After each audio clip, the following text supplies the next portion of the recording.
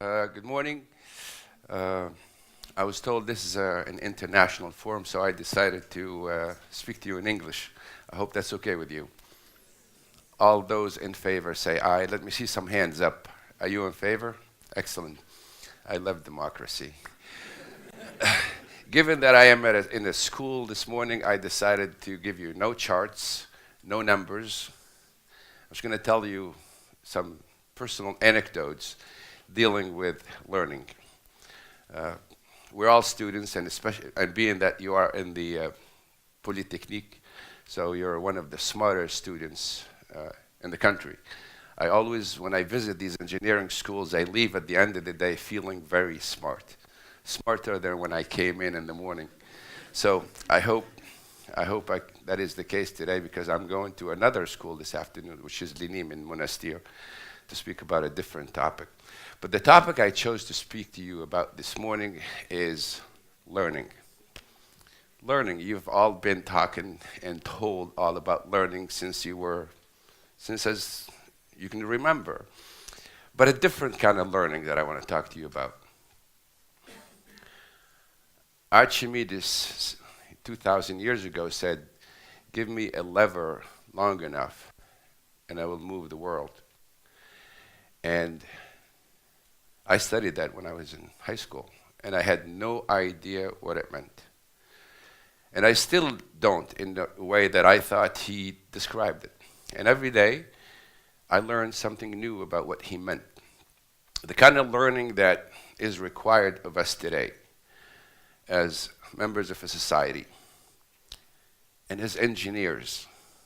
Because as engineers, the word in itself, engineer, is creating, fixing, providing something different, providing a better solution.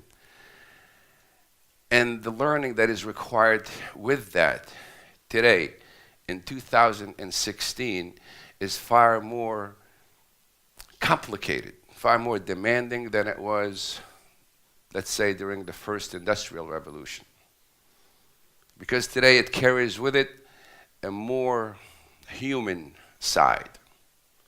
Engineers today are required to think more in terms of humanity, in addition to the scientific approach, the mathematics, the X and the Y and the geometry and all the numbers that we were just seeing. Because you need to engineer far more than just things, mechanics or fluids or technology. You need to engineer humans, human behavior. So the kind of learning that I want to talk to you about has to do with human engineering. The kind of learning that doesn't necessarily come from a book or from a teacher. What we have been told about learning is that it's the kind of information, passing information from one individual to another. That's not the kind of learning that I'm talking about. I'm talking about the kind of learning that we do together as a community. You know, we often hear about visions, teamwork. That's the kind of learning. Organizations today need to encourage that sort of learning. And it's the learning that is done as we experiment and go through challenges in life. The kind that we have just recently gone through in the last 5 years. What learning have we come up with? What have we learned? How can we engineer or re-engineer our futures? Isn't engineering about coming up with better solutions? The Wright brothers in 1903, came up with the first airplane. But it was after thousands and thousands of tries.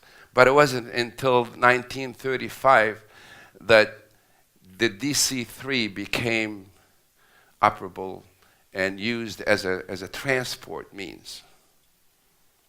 What happened during that 30 years? That transformation, that what I call shift of mind type of learning. In Latin or in Greek, I always confuse the two. I think they call it metanoia, the shift of mind, where the learning no longer just is focused on us as individuals. We are told, probably in your first or second year as students, to break things apart. And, you have a bigger problem and just sort of résoudre au dénominateur. I forgot how you say it in French. It's been a long time, even though I'm a math person. But we simplify things and rebuild things from the least common denominator. That's what we're told. You get a big problem, break it into smaller pieces so that you could manage a better solution. But then you graduate and you get into real life. And now you're a part of an organization, you're part of a community. That community may just be your school, it might be your neighborhood, but it also might be your country. And then you're told that it's no longer about you alone. It's about your country. It's about your community. It's about your team. That is sort of counter of what you were told while you were learning, in quotation marks. We learned that it's about the smaller parts, and now we get to a different phase of our life, and it's about the whole. That mind shift, actually, there is a jeu de mots here. That shift of mind, it's not so much a mind shift, but that shift of mind in the learning process now that involves others with us. How is it that my intelligence, what got me today, my expertise, what made me the best is no longer enough or no longer works just me? How can I make it work for the community?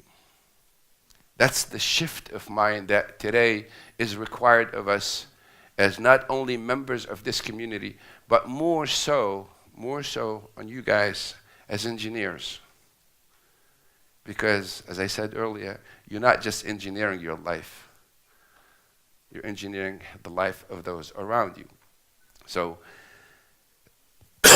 pardon me, that requires that you master your trade. That requires that learning isn't just about information, it's about humans. It's the biggest challenge that you will face when you graduate. Today, in my profession, what I do for a living, I work mainly with engineers. 90% of our clients are corporations in Tunisia and abroad. And the problem is universal, not just Tunisia. We, you, the experts, graduate into a world that teaches you or requires of you what you didn't learn in school. So all of a sudden you go from experts in quotation marks. I always say that because it has a different meaning in Tunisia, because we're all experts in whatever. And so I say that cautiously, to a field where you don't have expertise, because it's not a field that's measurable, it's not a field that's quantifiable, it's about relationships. And that you find to be the most difficult thing. And so I just ask that that shift of mind happens today as opposed to when you're 30 years old and you're managing people and you're part of that bigger community. The second one is, we all talk about vision. You know, what is a vision? A community needs a vision. A company needs a vision. A country needs a vision. And we're always saying, we don't have leadership. We don't have good leaders. Perhaps the problem isn't that we don't have good leaders. Perhaps the problem is that that vision is not a communal vision. Because we have been told, and all of our lives, in order to succeed, we need to be the best. Look at what you go through to come to these schools. You need to be the top of your class. You need to take a concours. You need to go to prepare. You need to go to the steps that require us to be better than others. Force us to think of ourselves first, contradicting what is required for us to succeed in life. You understand the dilemma here that we have? And then we wonder, why don't we have leaders who can describe a vision? A vision requires, I mean, literally, a vision. You can't be focused. You need to have that sort of 30,000-foot view so that you have a much bigger idea of the needs of those around you. So as engineers, and again, I go back, you need to engineer the lives of others and engineer the future of others around you. So that is the bigger community. That is a community, that is your neighborhood, that is your country. And when you learn how to learn, we all become the learning organization. So it's no longer about me, the individual, it's about us as the organization. And by organization, I don't necessarily mean a company or a civil society, a community. A community that's learning together. A community that's getting better together. Because if I get better alone, and I look behind me, there is no one that can benefit from my getting better.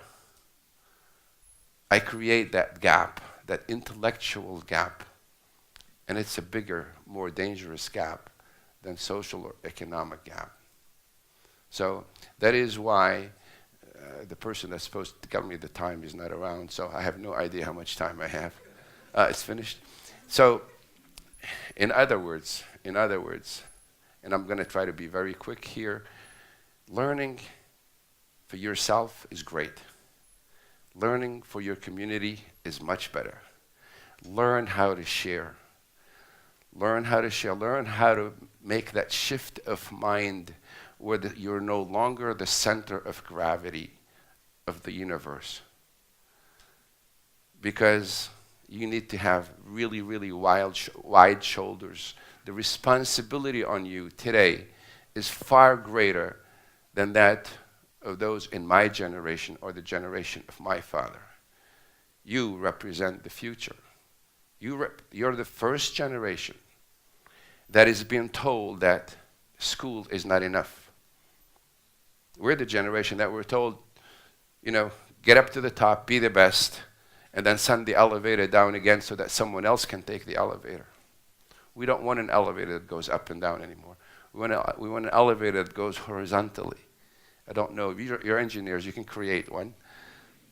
Okay? And that is by not being the center of everything. Be part of a learning community. Share. The best thing that you can do is to share your knowledge, because not sharing what you know, in my opinion, is criminal. Not in the eyes of the law, but in the eyes of moral and ethics. So be part of a learning community. Leave here and share your knowledge with those who are less fortunate, those who haven't had the opportunity. Someone did with me. I come from Jilma, Sidi Bouzid, where the illiteracy rate today in 2016, it's still over 50%. I don't even want to talk to you about what it was in the 1970s when I graduated sixième année primaire. So someone passed the baton to me, took the time to show me and learn with me and hold my hand. You need to do the exact same thing. Because not doing so, you will have failed as individuals, and we will have failed as a community. Thank you.